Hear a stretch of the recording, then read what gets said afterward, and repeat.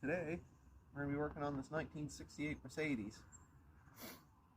It's got a few little quirks and characteristics that make it kind of unique.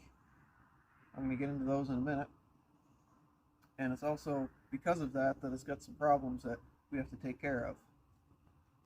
Basically, this car was halfway through an engine swap and got left not really finished. So I'll show you what I mean.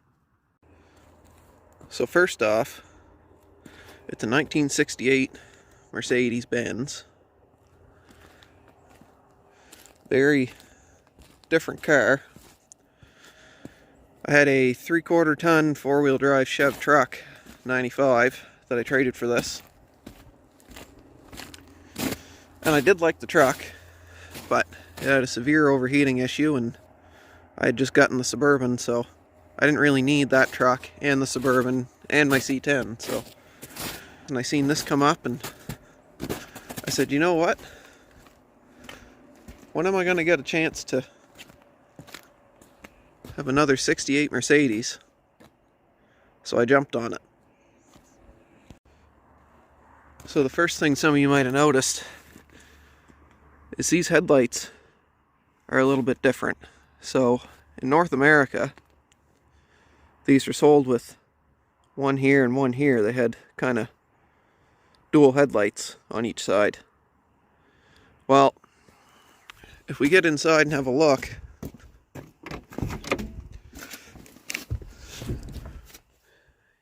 you can see that other than tank, I don't really know what any of this means. Temp, I guess.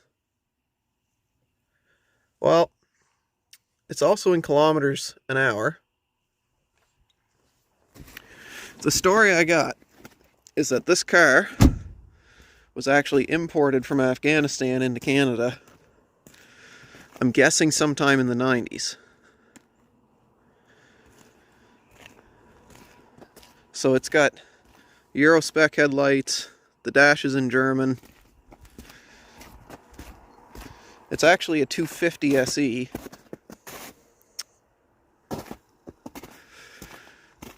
So let me get under the hood and show you what's going on.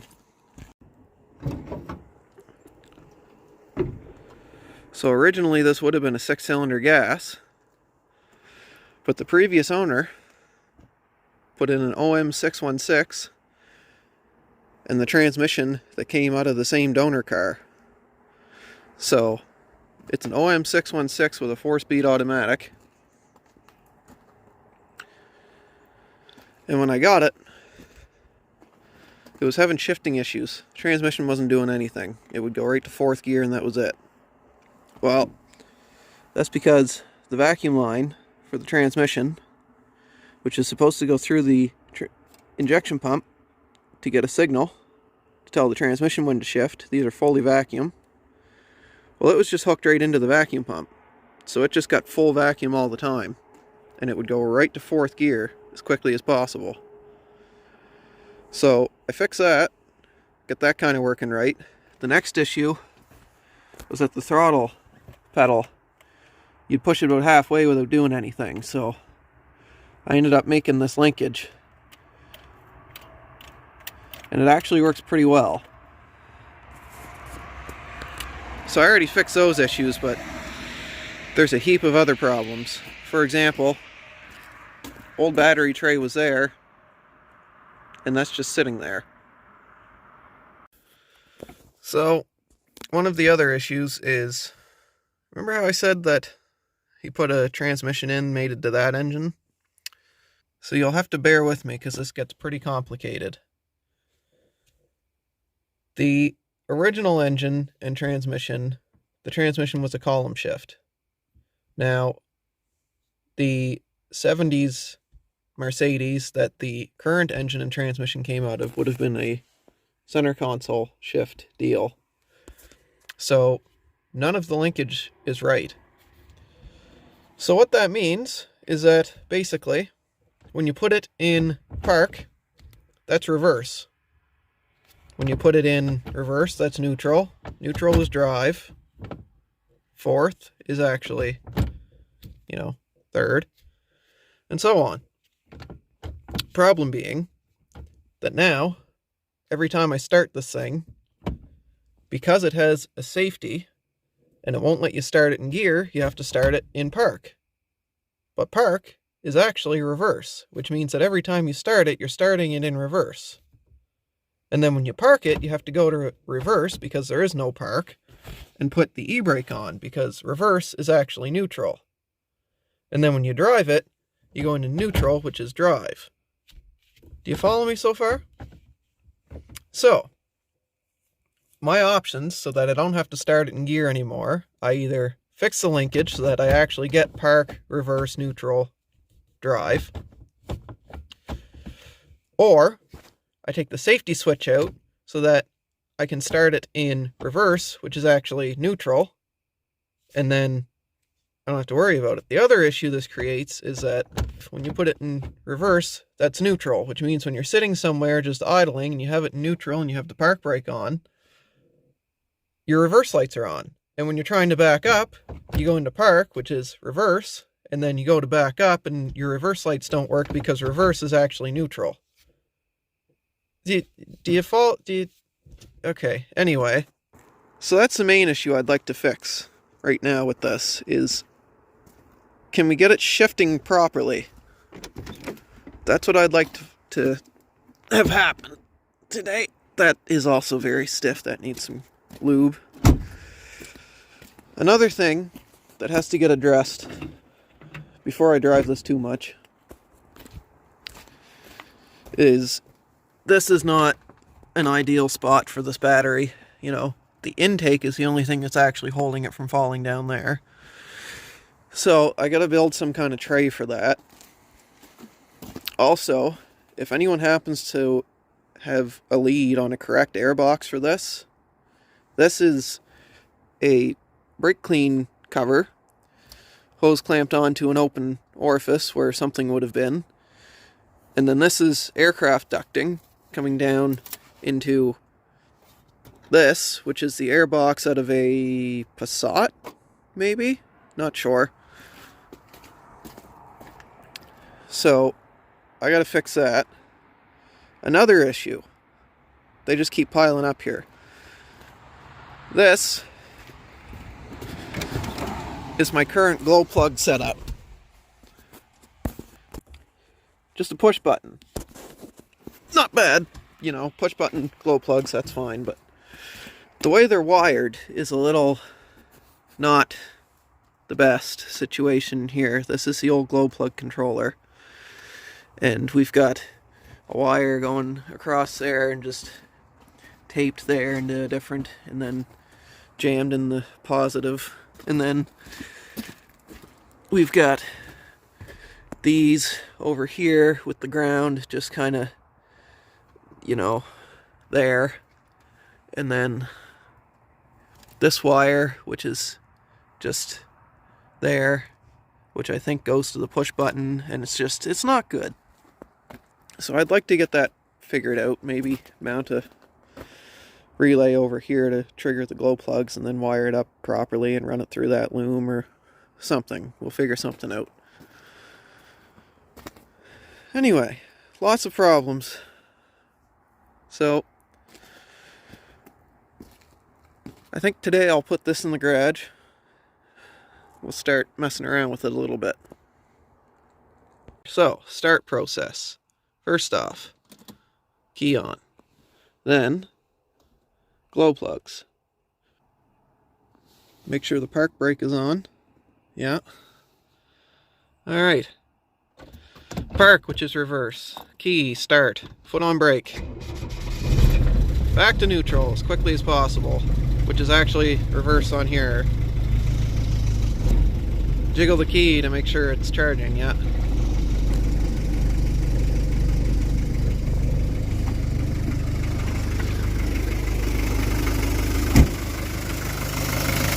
She's a shaky unit.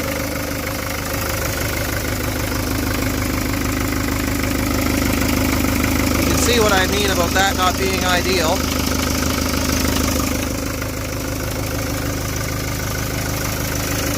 But it does work.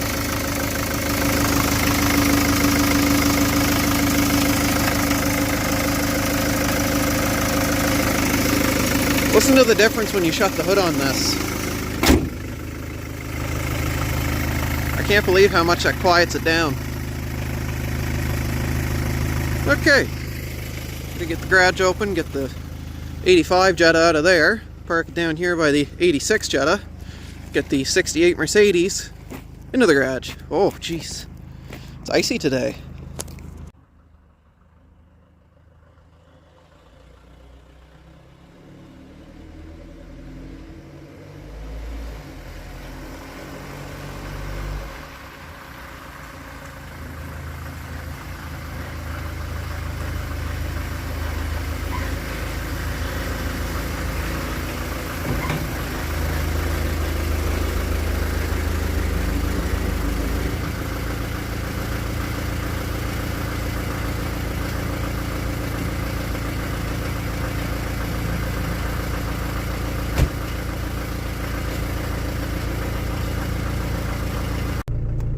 Here's another interesting feature of this car.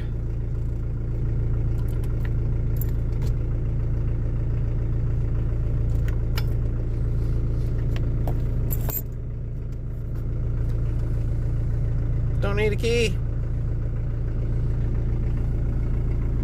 Well, don't need a key to shut it off at least. Neat.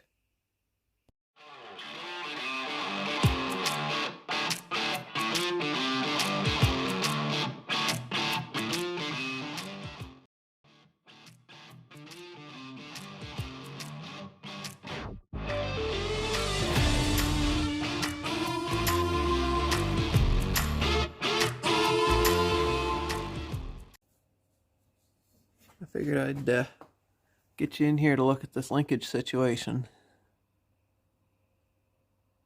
Okay. So we've got what looks like the original rod end, and then they just cut and welded that together, which I don't really mind, but it could have been a little bit better. I might switch this to some sort of cable mechanism. Basically what needs to happen is this gets disconnected, this gets thrown into park with the column in park, and then reattached in that spot, which means this has to get shorter, or I just switch to a cable. But I think I'm going to fix the linkage, just since chances are my wife's going to be driving this car as well, and, well, I really don't want her to call me someday and say, geez, the car won't start, I put it in park, and park is reverse, and neutral is drive, and reverse is put it in second, and yeah, anyway, we'll just fix it. Also, I have no idea what this does. Oh, wait a minute. Could that be... I wonder if that is the safety switch wire. Well, that would be... That might be... That could be easy. Nah, we'll fix it the right way. I also just figured I should give a tour under this thing. Show you guys what old Mercedes cars are like. People say they're over-engineered, but they're actually really easy to work on, for one thing. Now, I'm talking specifically old ones, okay? I know the 90s, 2000s, 2010s are hideous to work on, but these are old. They're the same as all the other old caveman cars driving around, okay? They're just dinosaurs. They're simple.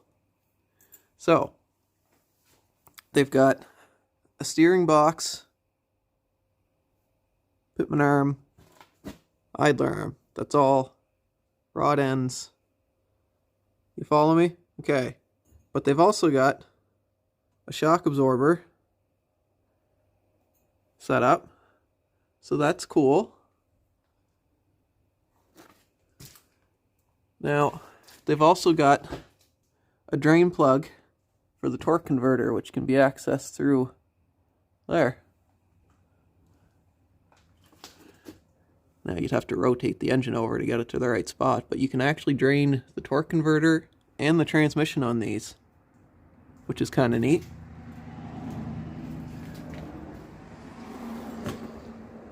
Radiator drain. The engine actually has a coolant drain on the side of the head as well.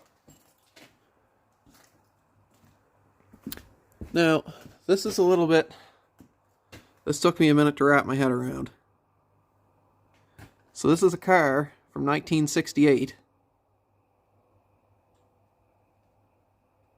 What is going on here?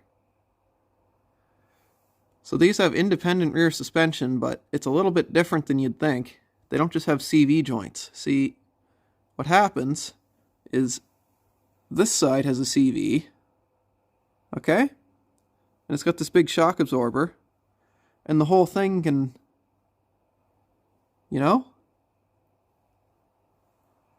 from the center. And this side is just a solid axle like all the other cars from the 60s. That's weird. Also weird, four-wheel disc brakes. Huh. Again, with being simple to work on, you can drain the fuel tank. The plug right there. You can drain the rear end right there. There's the fill. Everything on these has a drain. You can drain whatever you want out of it.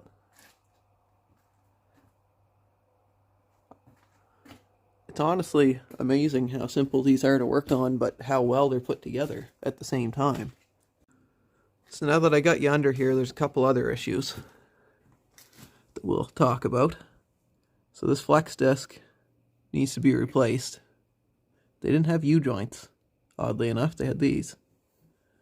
So this needs to be replaced because the transmission isn't sitting low enough. So what needs to happen is the transmission is going to get shimmed down slightly, dropped a bit. I'll probably do that just by shimming the entire cross member down and let the transmission drop so the angle goes straighter. And then this gets changed, but also up here, see that?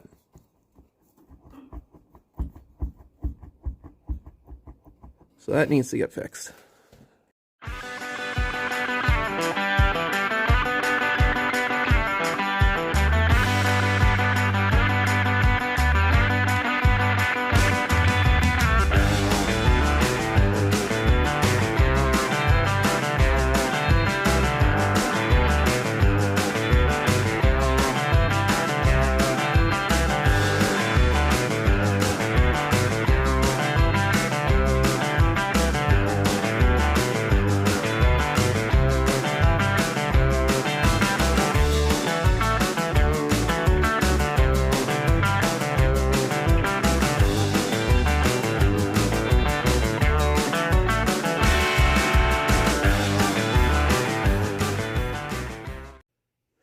So after quite a few hours of messing around, I think I finally got that linkage adjusted to the point where I can use it. So park, I'll explain that in a second. Here, there's reverse, neutral, drive, right there.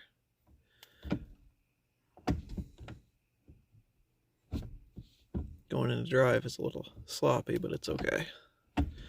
Problem is, park has just a little bit too short of a throw with this linkage the way it's set up. So when you put it in park, I don't know if I can do this with one hand or not really.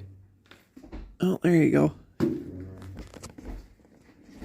I don't know if you can hear that, but that's the that's park skipping in the transmission.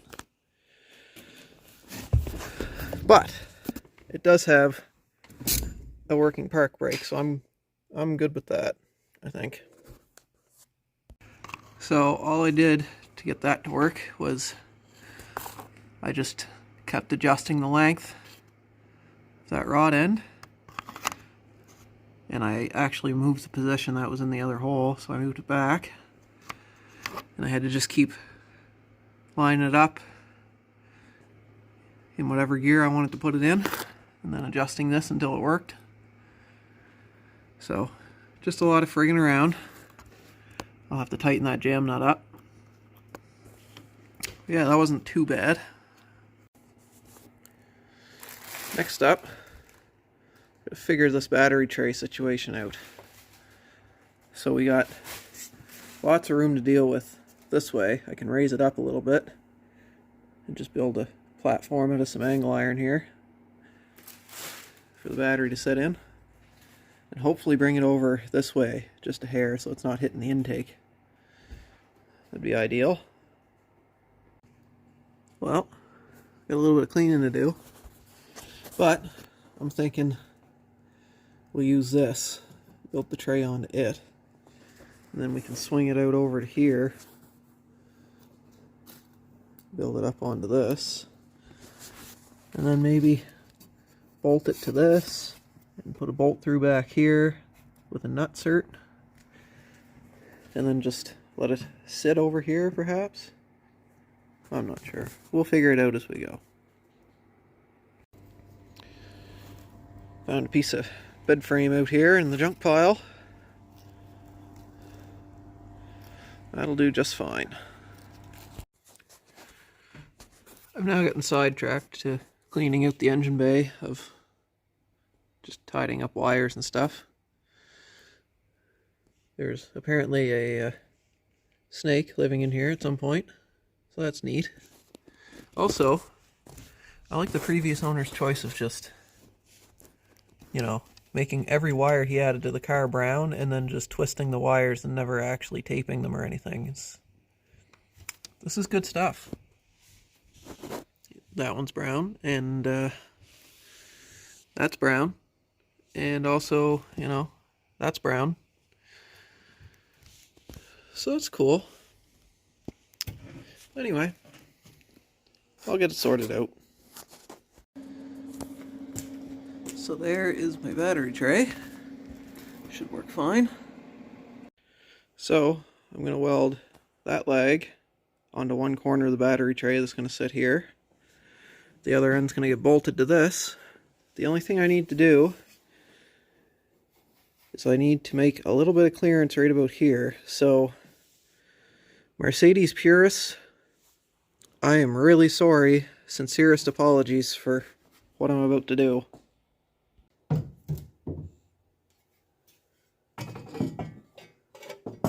So that's going to go like that. I need more room right there.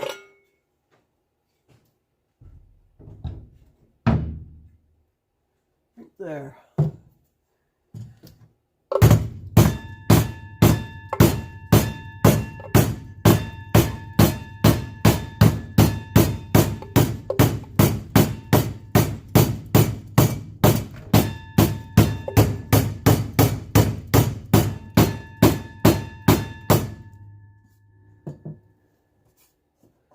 I found a new rust hole over here. Did that help?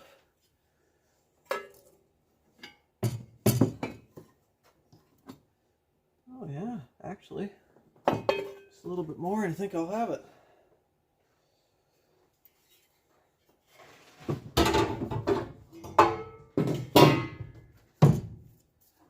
Get more this way. Get these on my way.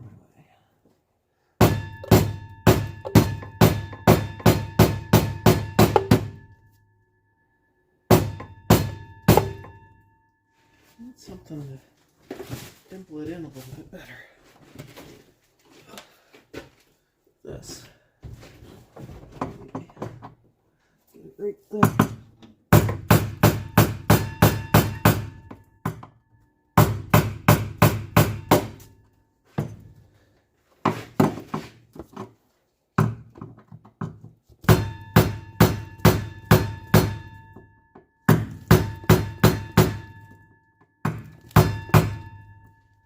I honestly am sorry for any Mercedes guys out there right now that are just absolutely screaming.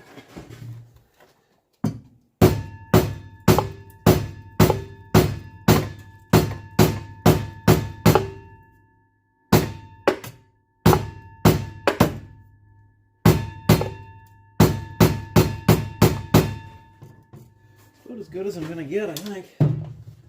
What do we got?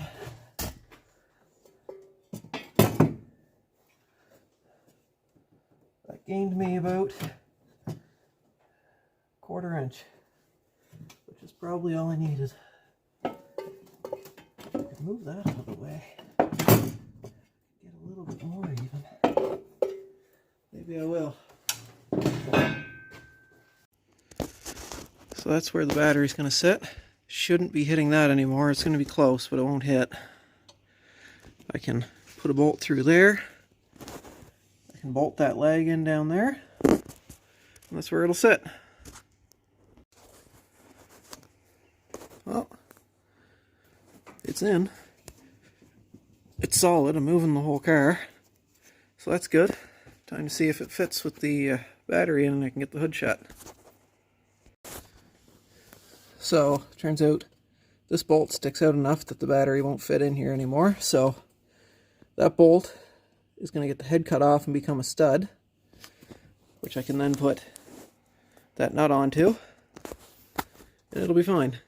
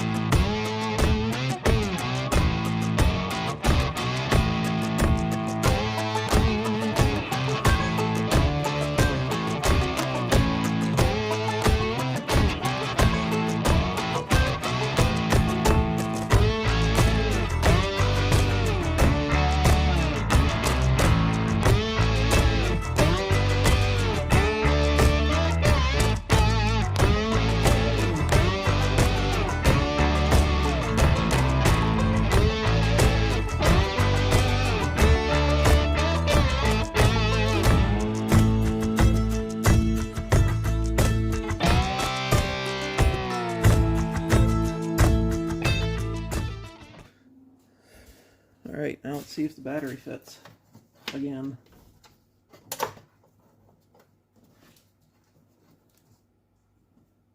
I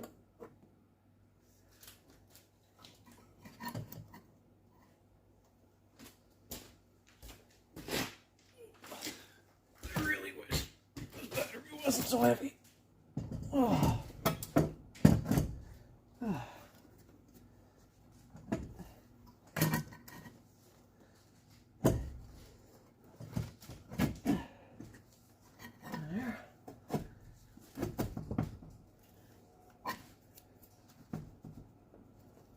That's it.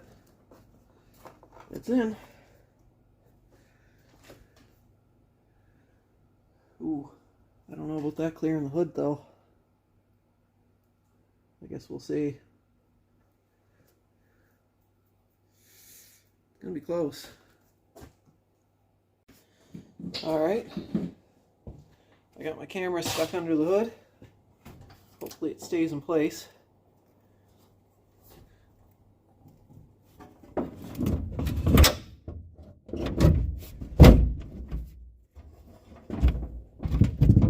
There, that's shut.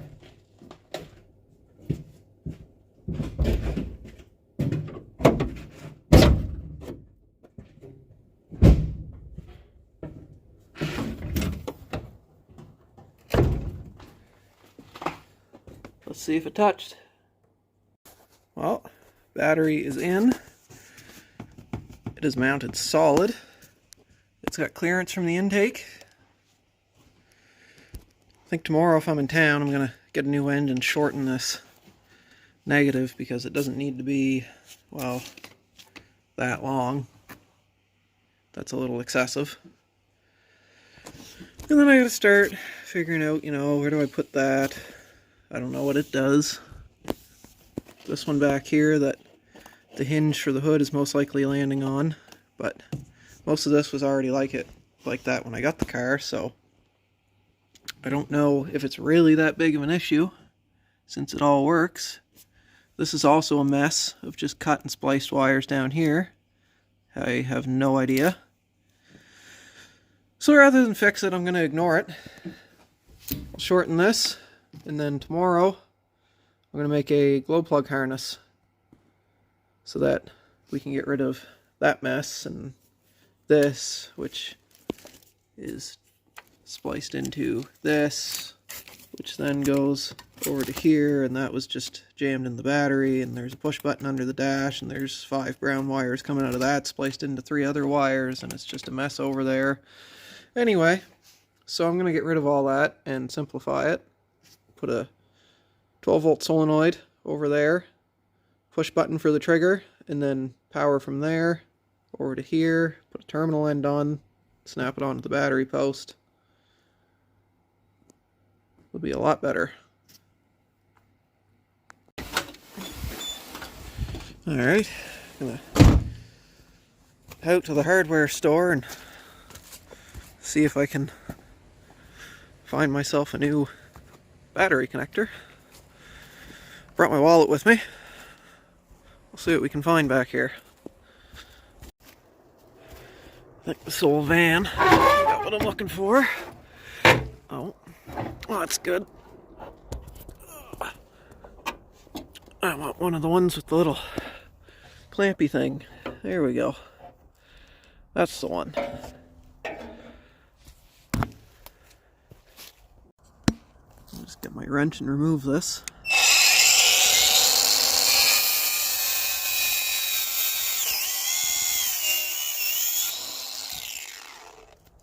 Perfect. Brown wire must have been on sale, because that's the only color that anyone ever put on this car. And I don't know what any of it does. I guess we're going to find out. I started pulling wires out of the dash. Check out what I found.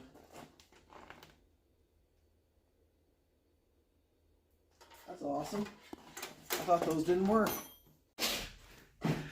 So there's the solenoid that's going to run the glow plugs. And there's the old glow plug controller. Cut the 4 wires off that run to the glow plugs. So battery, 60 amp fuse into this side. This side will go out to those 4 wires that I cut off into the glow plugs. It grounds through the fender, and then my push button's going to run to that. That'll be the trigger. And that way you're not running the full amperage of your glow plugs through your push button.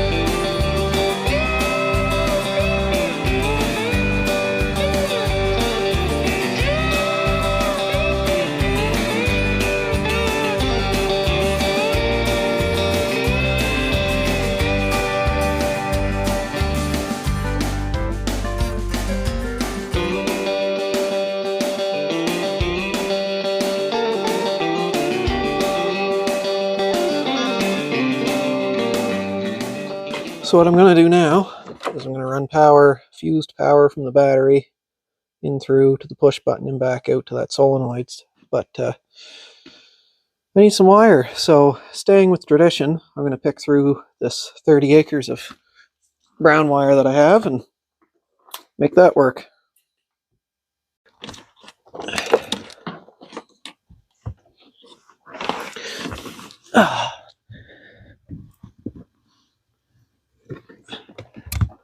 Where is it? There it is. There. I'll go out at the outside and see where that is. So that is down here. So we'll run this way. We'll just run it right along that same harness right there. Alright, so we got all that run through. Now, that's going to have to go through here, yeah, like that. Sure. And up to that glow plug push button. So, you can cut that right there-ish. Somewhere like that. And then we got to run through that same spot one more time.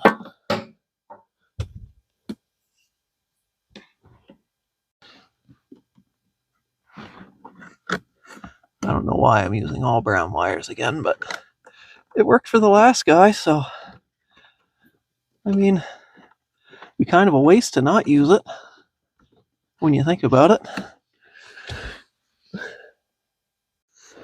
Alright, just crimp a couple of ring terminals on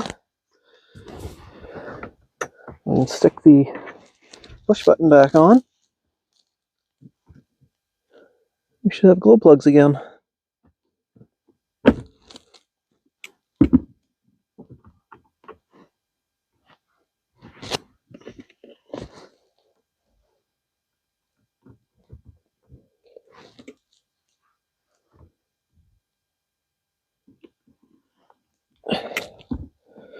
By the way, this didn't have any ring terminals or anything before. It was just wires, looped around stuff.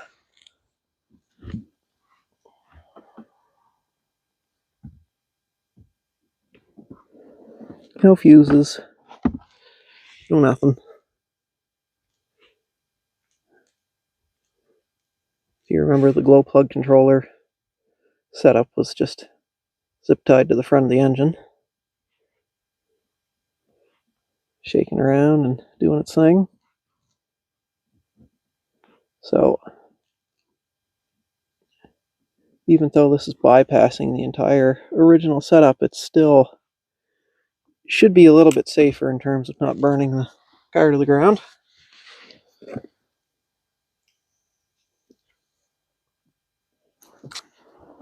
Need a Phillips head screwdriver.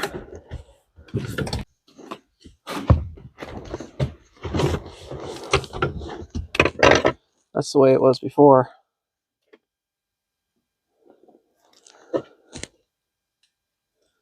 Which, you know, there's nothing wrong with that really if you're just getting it set up, but like I said, I'm kind of hoping my wife is going to drive this car a bit, so if she's driving it, I probably should make it as safe as I can.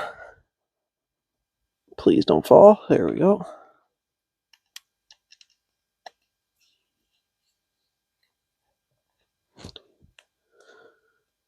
This is my favorite part about this car, by the way.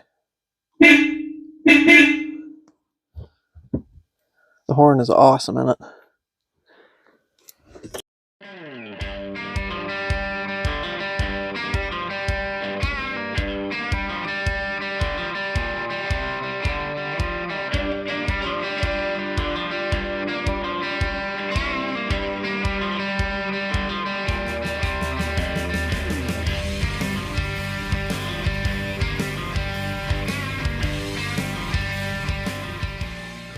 Alright. Now, we've got a big fuse to put in. Connector push button. and then I'll set a test light up. And I'll use the camera to watch for me.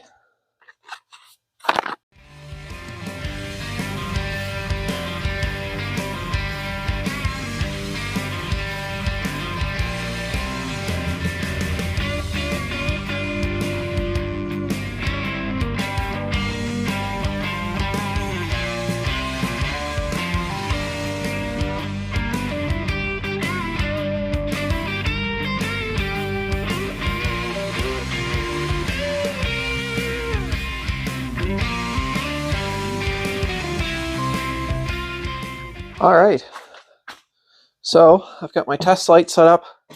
It's hooked to the glow plug and then it's set on ground. So I'm going to hit the push button. And if you guys see that light come on, that means we got power to the glow plugs. Look at that. Just like that, we got power to the glow plugs. Perfect. So far today we've got the glow plug harness in, new solenoid, push button under the dash, all that stuff's in. Ripped out a bunch of unnecessary wiring. Found out that the block heater works. Shifter is shifting properly now. So it's getting to be a lot better car than it was when it came in here. I also just did this. So where I'm from, you're supposed to have running lights on a vehicle. And if you don't, then you have to run your headlights all the time. But since I figured out the fog lights work on this, I just wired them up. So when you turn the key on, you get fog lights. So I guess that's my running lights. Alright. That's enough wiring for today. So I think tomorrow, if I can get my parts here, I'm going to tackle the drive shaft being loose. Get that done. And then there's some holes to patch in the back. And that'll be about it. I guess it's ready for inspection after that.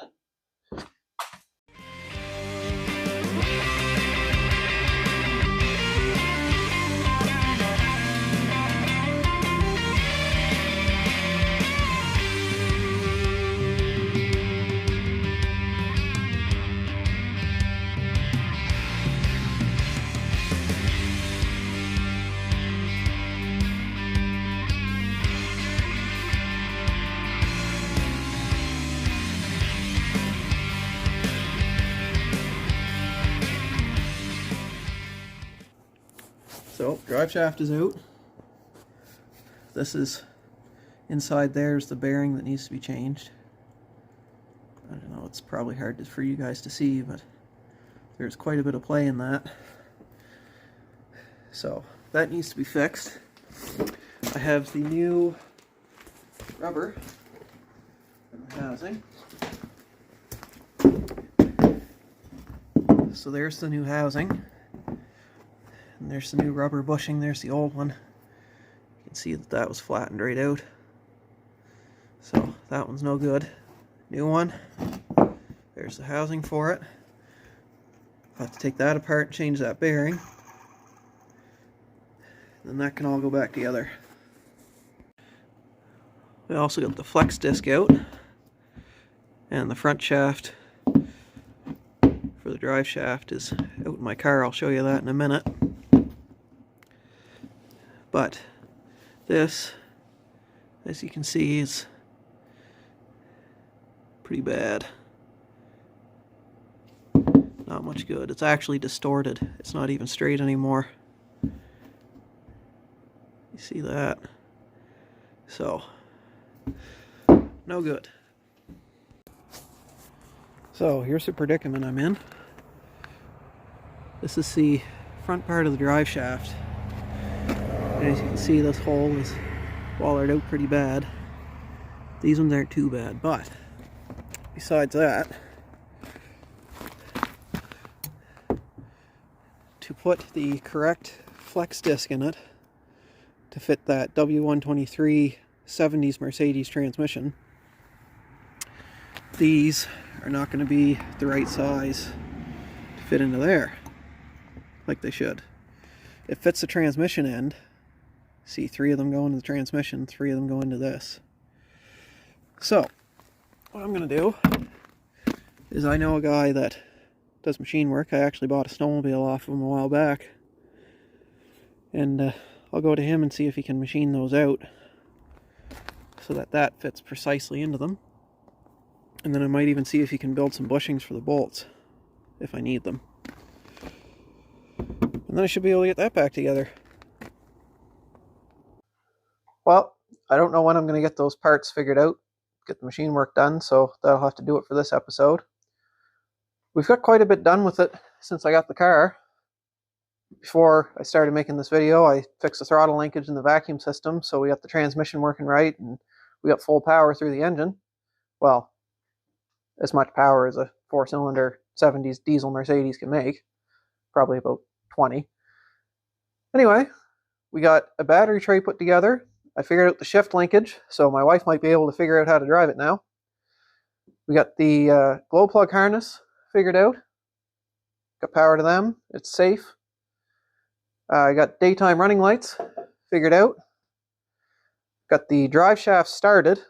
Like I said, I need some machine work done before I can get that finished up. So on the next episode that you see this in, we'll be finishing the drive shaft. I got some body work to do at the back of the car.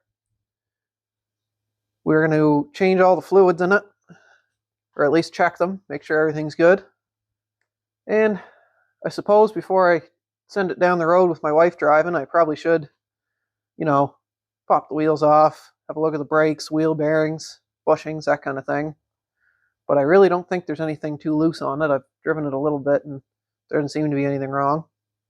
And we have to figure out a windshield washer fluid tank, which is probably just going to be something like that, jammed under the hood.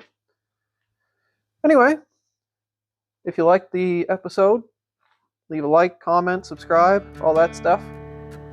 And thanks for watching. We'll see you next time.